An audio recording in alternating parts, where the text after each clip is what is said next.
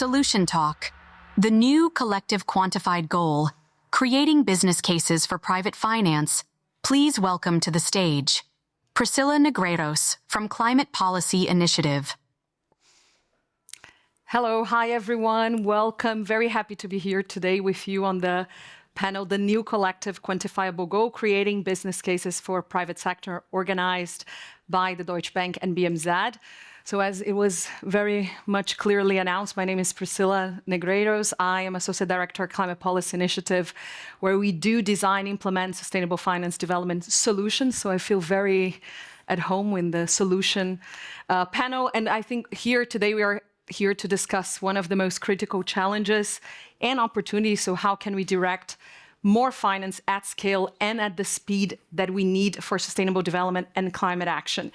And this is not news for many of you, probably, I hope everyone in the room, but the momentum is very, very clear as we have many concerns around the volatile markets, the geopolitical conditions. So we need to make sure that we are doing the right job and making and finding solutions to increase finance, particularly from private investors. So just very quick context for all of you at COP29 in Baku. So we agreed on a strengthened climate finance trajectory through the new collective quantifiable goals. So the NCQG, as we call it, aim to mobilize $300 billion annually for developing countries, developed economies taking the lead.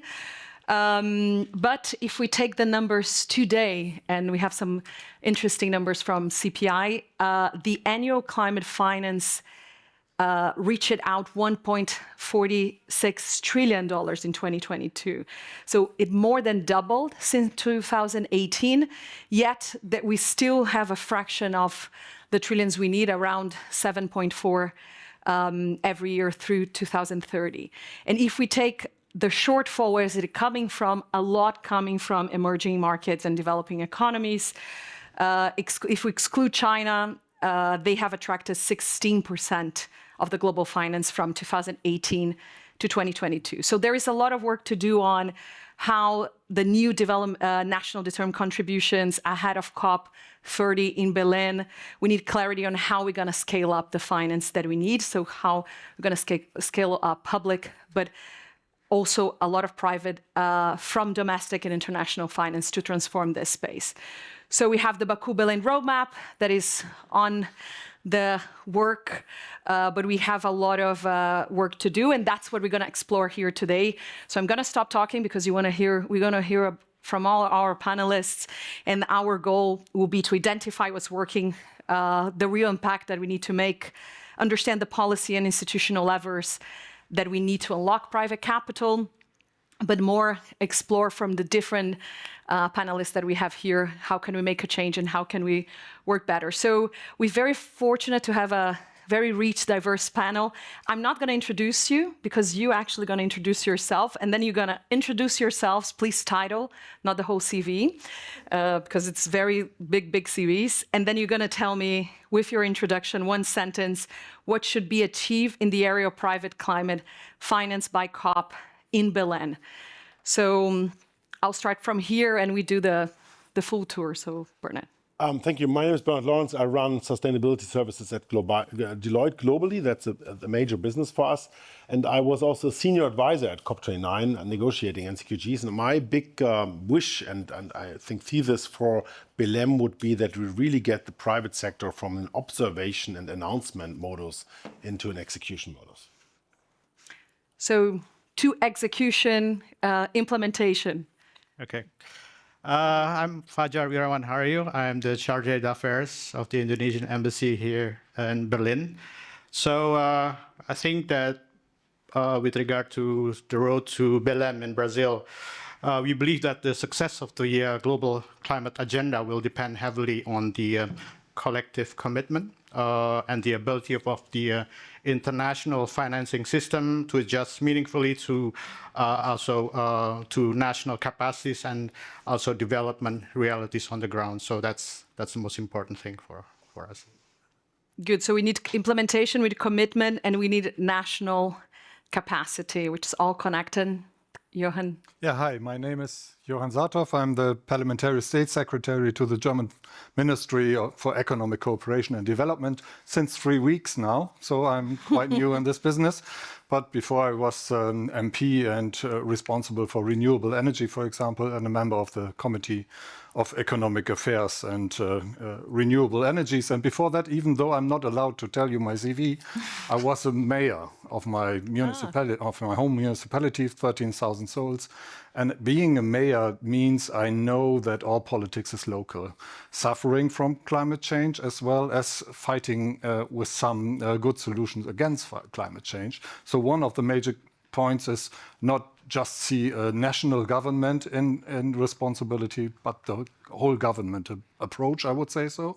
And the second thing I would like to emphasize in this question is that my impression is that there are well-informed countries, let's say a climate community, and our task will be to boost up this climate community so that everybody has acknowledged of the global challenges and about the global possibilities. So very happy to hear, because I also have the urban hat. So definitely consider and agree that we need to make the changes at the local level, national level, global level, and think it more broadly. So moving to here, where we have a private sector representative. I'll start with you, Luc. Thank you. Luc Franzen, I'm the Director of Fund Management at Finance in Motion, which is an asset manager based in Frankfurt. According to OECD, there's been current assets under management by private blended finance, blending concessional capital with private finance. It's about 34 billion. We manage 4 of that 34 billion in blended finance structures, exclusively for emerging markets, and about half of that is dedicated towards climate finance. It's a bit what we do. What I would really like to see, everybody loves lighthouse transactions, and lighthouse transactions are great. But what I would really love to see is second, third, fourth issuances from non-sovereigns in the green bond space. Really build out that yield curve. I think that's going to be key to making the markets work. Great, so expanding markets. Claire, last but definitely not least. Hi, everyone. Claire Gustars. So I head up our global sustainable finance business for fixed income and currencies within our investment bank at Deutsche Bank. I've had an over 20 years or so career in the emerging markets, and the last 4 years focusing on how to build up sustainable finance for developed and emerging market countries. In emerging market countries, our focus is both deploying our own balance sheet, but also bringing in institutional capital, so pension fund, asset managers, et cetera, for sovereign and private sector capital, working very closely with Luc and a number of others to channel capital in the space. So pleasure to meet you. Great. And for Baku, what are your expectations? Oh, sorry, yes. So actually... Belém, not Baku. Baku is over. The most important, yeah. So not to replicate what Luc said, but I totally agree with what he mentioned about scaling up what we have already. I would like to actually focus on some of the discussion we had this morning at the Green Guarantee Group and actually scaling up financial guarantees more broadly in the emerging market and really addressing the core issues on the regulatory side for why, regulatory and rating side for why that's not happening. No, that's great. So we went from implementation to very already thinking about some of the concrete solutions. But so the goal here, and we don't have a lot of time, we have 45 minutes to solve all of the problems we have. But first we need to think about the challenges. So I'm going to jump into that. And I think the big challenge that we're talking about is funding emerging markets, increasing private sector finance within those spaces. So Johann, I will start with you.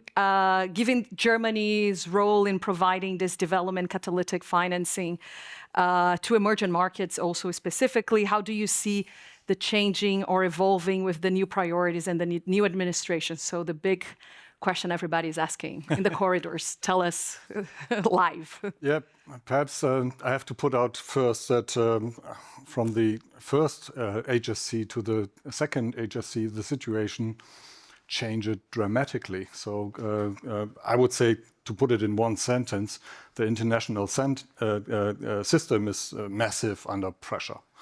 And the development cooperation has never been such important as it is today. So what are we doing with the new government in Germany? We have a strong political consensus fighting against climate change and supporting sustainable development. And for climate finance, this means that we want to set up our budget in such a way that Germany can continue to contribute its fair share to international climate finance. And what we are doing with our budget is that we have a second budget, not only a budget with euros, we have a budget with CO2 for every ministry in the German government too. So every ministry has to watch on his CO2 emissions, which is he or she responsible for, and we have to fight against boosting up our CO2 budget. So we're looking on ourselves, not only from outside, or these are the guys polluting the atmosphere. We're looking on ourselves and what we can achieve, and to take all our sectors with us. So, for example, in the last legislation periods, there was a critical situation about agriculture sector, who always said, well, we are not having something to do with CO2 emissions, so we are addressing the CO2 emissions of the agriculture sectors and try to foster the ministry to put up some concrete measure things to make sure that the CO2 emission will decrease. And of course, strategic partnerships play an international central role. So we like to foster our strategic partnerships with international like-minded partner countries, such as Indonesia, for example, to build up an international communication and make sure that we can fight our fight against climate change on an international basis together. Great, perfect. So I'll jump straight to you, okay. As it's Fahir. So considering Indonesia, emerging market, a lot of opportunities coming up. So like, how do you see the challenges on raising and scaling up sustainable finance, particularly also with the private sector side? First, the challenges. I think on top of the current global conditions, it puts also a lot of pressure to us. And regarding the challenges itself, of course, like every country, I think there's limited fiscal space that's happening in our country. And there is also absence, maybe, if not minimal policy and regulated frameworks, which still needs to work on. And also human capital, I think this is also important for us, and as well as knowledge gap that needs to be enhanced in our country. Apart from that, regarding on clean energy transitions, there's also the problem of technical regulatory tariffs, which needs to be also worked on, and as well as for a country like Indonesia, geographical problems also poses barriers to infrastructure developments throughout our country. So these more or less are the challenges that we are facing. So to scale climate finance. So this is very, very interesting, and I think, Claire, I'll jump over to you on the. So as a Deutsche Bank, a global institution that has been working in many developing countries, so like, how do you see the barriers? So like, what is happening on the bank, let's say, side that is impeding some more scaling in emerging market? Yeah, so looking at it from our own balance sheet, probably the first thing I would say is most emerging markets are sub-investment grade rated. It's not all of them, but the bulk of them. And so if you look at the amount of balance sheet capital that we as a bank can deploy on an investment grade counterparty versus a non-investment grade counterparty, you're talking about a multiple of 20 times. So that gives you a perspective of, even if we were being shown the most interesting sustainable opportunities for some of these emerging market sovereigns or corporates, we're still limited by that credit rating. And that is true, for us as a bank, but it's actually true for most institutional capital. So, I'll throw out some numbers, but if you look at the global fixed income notional amount of outstanding debt, it's about 150 trillion. If you look at how much of that is actually in emerging markets, it's about 15 trillion, it's about 10%. And if you look at how much of that is in climate, it's obviously much, much smaller. I think it's 2% of the 15. The reason for that largely comes down to three factors. So one is rating. Most capital in the institutional private space is investment grade, and not just BBB. Most of it is at the AAA, AA rating level. And that's why I go back to guarantees and why that's so important to mobilize capital. The other factors are liquidity. So most institutional investors want a sizable enough bond so that they can mark to market their instrument, that there's liquidity. A lot of issuances are much, much smaller in emerging markets. So how do you bridge that gap? And then the last point is actually mandate. So even if you look at all the institutional capital, even if you were to credit enhance it, some investors just don't have the mandate to invest in emerging markets. So actually changing that to have a percentage of every fund out there, every time you allocate capital, making sure that a certain percentage of it can be allocated to emerging markets, even if it's credit enhanced. So, Luke, do you agree on this 3 points? So we would add any other challenge that you have been facing, because you have actually been investing in a lot of emerging market. Yeah, no, Claire stole most of the words out of my mouth. But maybe I focus on just a few war stories from the ground, right? I was in a pension fund in northern Germany, and they're very keen to invest. But for them, exotic emerging markets, this is Romania. For us, Romania is too advanced, too well advanced. We can't invest there, right? There's a huge disconnect between what they view as sort of borderline risk and what we view as borderline too developed to actually make a difference. So we start from completely different places, right? And you would think we all have this sort of idea that there's massive global capital flows every day. It's surprising how little there is. You find a big issuance from a bank, a green bond in Colombia or in Panama, and we work with them to actually move the capital flows from our bank account in Luxembourg to a bank account in Colombia. You would be surprised how hard this is. The bank told us, I was talking to the team, and I had followed it one evening through London, Ireland, Tampa, Florida, all the way down. And I was talking to each team along the way, and they said, we haven't done a transaction like this since 2018, right? The capital flows are not there. They're not standardized. The banks don't know how to process them. We have a long way to go to build that bridge. And I think getting very simple, well-rated, plain vanilla instruments, we need to walk before we can run, right? We need to bridge that gap still, and that gap of understanding. So it's a big knowledge gap, and we need to walk before running, but we need to run too, right? Yes, we exactly. Do it fast. Bernard, I would just finish on the challenge side with you, like having your many years working, not calling you old for sure, in this industry. Like, what is the challenges to invest? I can only echo both. I mean, Claire and Luc made this case.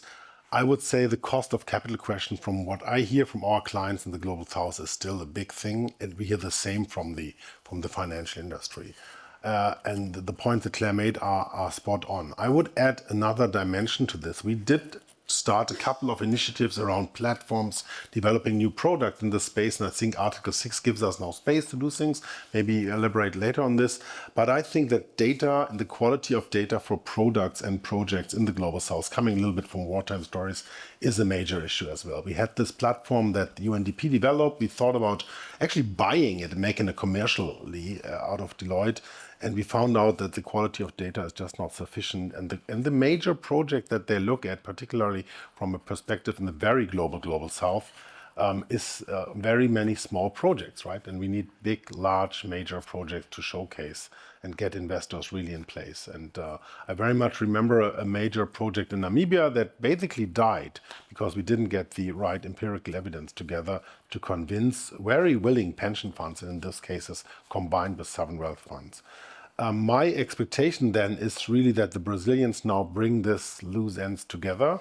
They are very much aware of this. One of the Assistant Secretary Generals in UNDP, Marcos, is strongly working on reforming or at least challenging the rating in these parts of the world. And I think this will be key.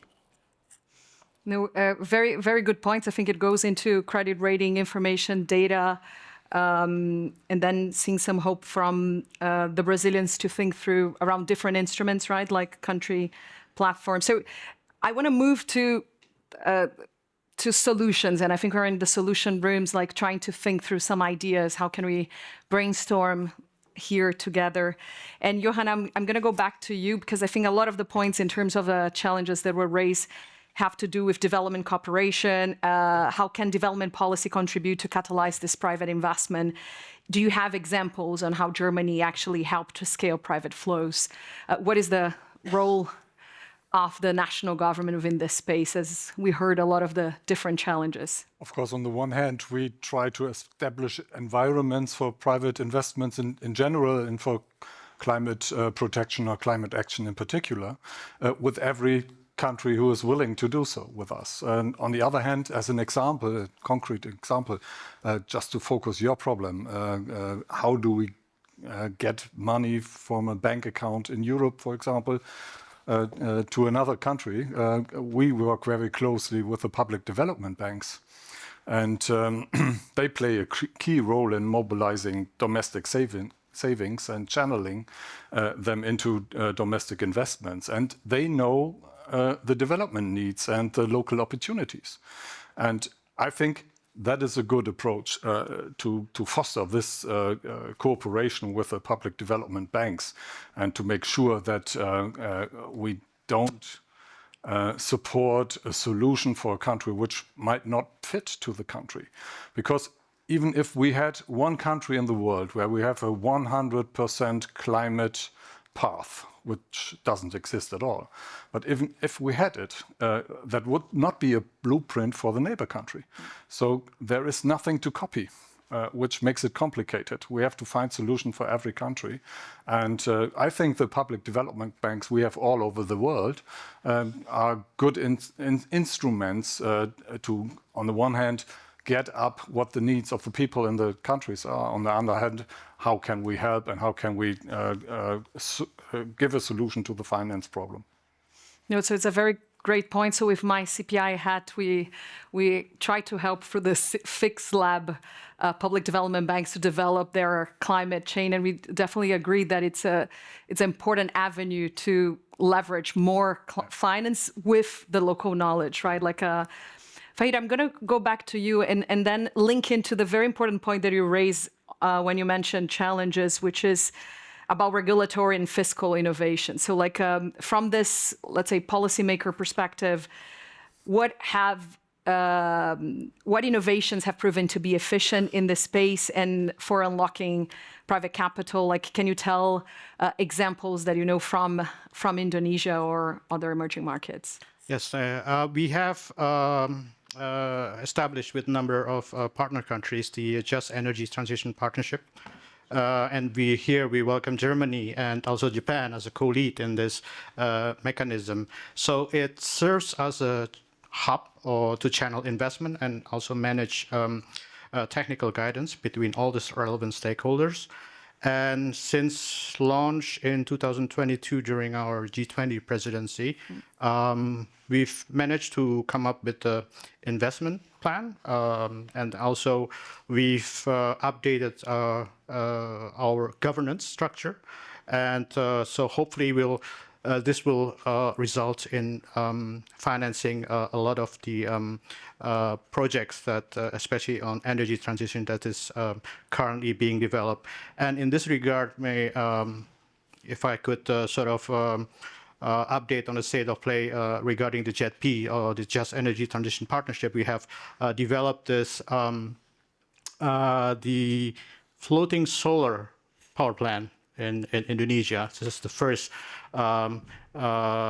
project as such, which is currently being developed with all the partners and also all the multilateral financial institutions which are involved in JETP. So lots of projects will come, so it will be done by the JETP. And there's also other mechanism as well, the energy transition mechanism, which is also being developed together with the ADB. So there are many other mechanisms in place, including the Global Blended Finance Alliance, which also we are trying also to push with regard to energy transition. No, it's a very interesting example, and Bernard, it connects on what you mentioned. So I think the Brazilian government is also trying to continue with the country platforms debate and how very country-driven initiatives on how to better leverage and scale climate finance, coordinate development partners. And I think you mentioned a bit of that. So like, would you have examples thinking on solutions on that you have seen that have worked, particularly with the role of blended finance? I mean, coming back to what His Excellency said, the JET-P is an example of what we tried when we started it in Glasgow, I think, right? Yeah. Both with South Africa and then later with Indonesia, to get a group of interested parties together under EU, German, England, US leadership to really dedicate resources to help, particularly Indonesia and South Africa, with this. South Africa has a major energy issue, as we know, and one example that I always use to make clear how big the impact can be on looking at it from a macro perspective outside and helping with technical assistance rather than sharing what is the right thing to do, was this green hydrogen project that came out of Namibia, where a lot of finance also from the German side came in. It was one of the first examples that we discussed under the guarantee models of GGG now. And I think if we have in Namibia the incredible opportunities for solar both and offshore wind, which would produce enough energy to solve many of the problems that we have in industrial Southern African hemisphere overall. And so I think one of the big bets that I'm having is that we really get this on the ground done and make it big and make it a really major source for solving and greening the energy sector in South Africa. And that's something where guarantees play a major role. Many of the private investors, we discussed it in Berlin at the Berlin Global Dialogue with Lars-Henrik Röller and others, can play a role, invest already. No, and as you mentioned guarantee, then Claire, I'm going to move to you because you mentioned credit rating, liquidity, like I think the question of small scale in emerging markets, issuances, and then the mandate. So like, can you give us examples on projects, ideas that managed to solve a couple of those challenges?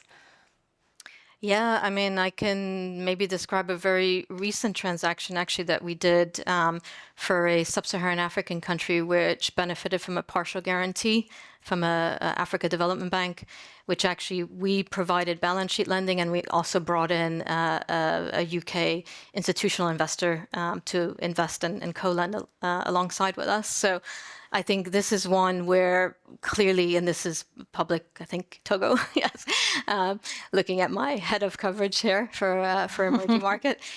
This is one where clearly the institutional investor would not have invested in that country without that support. So I think, blended finance is used to describe so many different possible types of partnership between public and private sector. One is obviously the use of guarantees in the debt space. I will not steal Luke's thunder, but another very important part is actually providing the equity or seed capital in funds which are managed by professional managers like Finance in Motion, which then are able to aggregate smaller pieces of risks. All of these are instrumental, and they address a lot of the issues that I talked about. So rating, liquidity. The last one, mandate, I think is more of needs to be handled at a sort of more policy directive level. So I think there's been, a lot of interesting success cases, definitely more that can be done. I think one of the really exciting things I've seen over the last 18 months is just the increased focus on the guarantee product as a tool to deploy more capital. I still think until we address the issue for the development banks of making sure that they get the capital benefit and risk benefit of deploying that guarantee versus deploying a direct loan, we're never going to get any scale. So why would I, as South Africa, Indonesia, etc., not take a direct loan at LIBOR flat versus taking a guarantee from an institutional investor? And I think we need to understand the fundamental difference between paying on a guarantee as you go, which is really a liquidity risk, versus direct loan where you're at risk the full amount they won. So, yeah, and hopefully, if the market develops, don't need that guarantee, right? Like I think that's exactly, where we want to get. Exactly right. Yeah. In the end, and that's actually happened. I mean, we saw 15 years ago most of our business in that was in Eastern Europe. Almost none of it is now, as they've matured up the credit curve. So actually create the markets locally. So how can we do it? And then look, like I think you mentioned 4 billion, right? Like that you are investing in the emerging market. How can we get to 10 billion? We'd love to. That's the Bring us the plan, solution. right? No, we've had great support from the German government, and as Claire mentioned, the first loss piece in many of our funds. That's been instrumental. You talk with the investors over time. We've been doing this for 20 years, right? So you talk with them. One of Claire's colleagues is actually with us in 2005, 2006 when we were doing this. And when it clicks, then they're all in, right? They realize, okay, this isn't so risky. It's not so bad. And then we have repeat investors in the funds, and they're not satisfied. They want more, they want more, they want more. But we can't get to that next level. And this is how I think we get to that next level is we need to find a different spot on the credit curve because the credit curve is not linear. And we need those guarantees to get into a different pot of money and to get over that hurdle. That's how we get to 10 billion. Because we just need a different type of investor who accesses different pools of capital.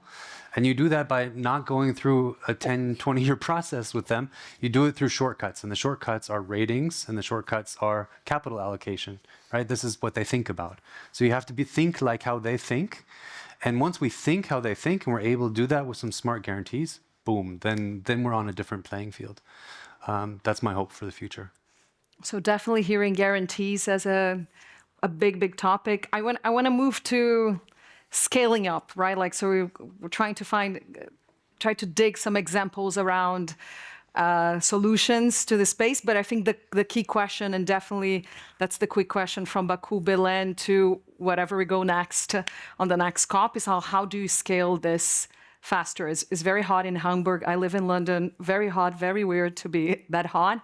So we need to invest sooner and we need to make it fast. So like, I'm going to ask you all the same questions and let's see how many solutions we get there with the different perspectives you have. So like, what would you like to see more to enable further mobilization of funding to emerging and developing markets? And Bernard. Well, I think we need more of the same. We will not reinvent something new. I don't see this. We discuss climate finance now, at least in my space, over 20, 30 years, probably longer. And I don't see that we find the silver bullet. It's the first time now that the document NCQG, agreed by 192 countries in Baku, really names it as it is, right? You say a call to all actors, right, to work together to enable the financing of the developing countries and climate action. And that's something new. And I think with this, we can really go to have more of the same. We have new and more mechanism running blended finance solutions. This is solutions. I don't see a new silver bullet coming up at some point. We named everything and we know this for years. It's a question now, do we really get to a certain percentage of every dollar that is invested into things? We know about the high capex costs in the renewable space. I think 60% of this is renewable space, so we have a capex issue. And we need a business case for this. And the business case we only get if we get down the cost curve. Great. So let's talk about innovation and trying to find the new solution that will solve it all. The innovation will be to do what we know how to do well in different places, right? Like, so actually just repeating what you said, because I think it's very important. Fahir, okay. Same question. So coming from the Global South perspective, we would like to see more greater alignment and predictability. And of course, global financial reform of the global financial institutions and architecture is essential in financing SDGs as well as climate finance. So apart from that, I think there is also a need for access to affordable finance, which empowers local domestic banks, domestic financial institutions in mostly developing countries. I think this is important. And of course, enhancing access and reducing barriers. I think also this is most important for many developing and less developed countries. So. No, it's a very good point, and Indonesia has shown a lot of leadership throughout the G20 that has followed up with India, Brazil, South Africa. So a lot of like strong emerging markets trying to discuss the financial reform, the international financial architecture, if it is a real architecture.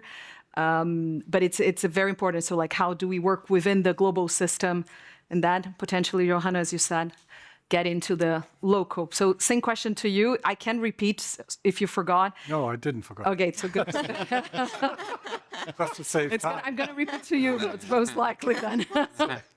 Being new in a ministry means that you can rethink things. And we have a wonderful wooden workbench in our ministry where we can invite people to us to tell us the hurdles and the problems in doing some senseful things. So I'm convinced that it absolutely makes sense that we potential investors from Germany, for example, but from other parts of the world as well, invite into our working bench, and we find some solutions. What are the hurdles? One of the hurdles is a financing situation. The second is de-risking of everything. For example, you can build up a floating PV industry, but you have no feed-in tariff, so you won't get a financing for that, and so on and so on. So that are the hurdles I can imagine by myself, but I'm quite sure that we have to intensify, as a German government, the dialogue to the people who are potentially willing to invest in senseful techniques all over the world. So that is one of my major points I want to address in my next 4 years being a state secretary in my ministry. So looking forward, good luck. Thank you. And it's good that we are rethinking in a good way, right? Like that's not what we have been hearing on the news. Claire. So I'm going to throw out a couple of things on my wish list. One, I would say, having governments think more about how they can allocate capital to emerging markets. So if you think about, state pension funds, sovereign wealth funds, central banks, very few of that capital is allocated to emerging markets. So how do we actually get more of that allocated to emerging markets? I think that would make, frankly, a huge difference in terms of, how much of the global fixed income market is actually invested in where we need to have it invested most. So, yeah. Yeah, and it connects a lot of what you said before, right? Like improving the knowledge that this partners, and I think that was a point that Luke also mentioned, that these institutions that don't necessarily have the mandate to go to these regions, emerging markets, know more about. So mobilization, Luke, how do we scale it? I think we scale by having a simple product that people understand. I think that's clear. It's the job of the specialists and on the ground in the emerging markets to put it in the right context, to find the solutions that matter. We don't need to make sure that we don't need the investors to think complexly about it, because they never will, right? We just need to find something that's diversified, has a very clear credit risk. It's this, and then I think the investments will come over time. One final thing I was really close to my heart. I worked on a hydro project in Albania in the mountains, and one of the best things that hydro project had was access to 110 kilovolt transmission line supported by the German government that actually came. We did that hydro project, and we had no idea that what would come. But now we've done an industrial scale PV project on that same 110 kV line, right? So it's an infrastructure thing too, right? So there's some things that we cannot do. And we really need cooperation on the ground to get those things done, because those projects need that basic infrastructure to happen. Great. No, super interesting. I think we have 5 minutes to close. So I started asking you about what do you want to see in Belém, given we have so many different stakeholders in the room, and well, definitely in the room, but as the panelists, I will ask you this again. So, but focusing, what do you like to see acted in support of private sector CapEx mobilization? They asked me 3 words, but I think it's unfair. And as we have 5 minutes, in 1 minute each. Okay, Belem will be an uphill battle in the negotiations for the presidency. So I think if we don't get into new products and action from the private side, we will not see a lot of progress. So it's really up to us this year. Okay, so to have a successful COP30 in Belem, so it relies heavily, I think, on the collective ability to build a robust, resilient, also inclusive and just financial system. And of course, in this regard, Indonesia is ready to stand working with all the stakeholders, be it government, private sector, development institution, as well as civil society in that matter. So what is needed is strengthen collaboration, align strategic approaches, as well as forge equal partnerships. So it will hopefully be a catalyst for global transformation that leaves no one behind. If you want to convince somebody building a ship, don't tell them about the hard work, cutting wood and so on. Tell them about the beautiful of the sea. And so just focus on the benefits the people have. And looking on Germany and the energy transition in Germany, we see that there were only a few producers decades before, and we have now 100,000 producers of energy in our system, and that means a topic we didn't address today. It's the democratification of the energy sector, which totally makes sense, in my opinion. Very good point. I'm going to go back to my 3 points. So rating, I think, links to guarantees. And for me, the biggest issue is getting the right rating and regulatory treatment for the MDBs of doing guarantees versus direct lending. Liquidity, I think we need to be more innovative about providing repo liquidity lines, central banks or other parties, to get that liquidity for the institutional market. And then mandates, we need to be able to drive the regulatory policy environment so that all global fixed income investors, equity investors can and have a pocket to allocate to emerging market countries. We still have time. Okay. Cut off by a bell. Honestly, no offense, I just don't operate on this level. I'm not so interested in what happens in Berlin. I mean, I'm interested, but my job depends upon executing regardless of what happens in Berlin, right? And so when I sit in front of a bank in Botswana or a project developer in Bogota, I got to make the case that, you know, what they're doing is right for the environment, but what they're doing is also right for their investors and their own shareholders. And oftentimes there's a big overlap, surprisingly. Like climate finance is a good business, and there is a real business case. And I have to convince them that regardless of whatever operating environment exists, and sometimes we operate in very difficult operating environments. And so that's my job, and I continue doing it. And I hope that whatever happens on the political level is a wind at my back, but I can't count on it. So for Belém, message for all the Brazilians that are like myself, although not working at COP, we need a better framing, working locally, the global transformation, IFI. There's no silver bullet. Please let's not reinvent the wheel many times just to make announcements. Let's try to make it correctly and bring the solutions that we already know more efficiently. We need actual solutions, so de-risking, liquidity, mandates, and let's just implement, right? Like, I think that's a lot of what you finished. So hopefully a lot of notes, and thank you so much, everyone. Thank you.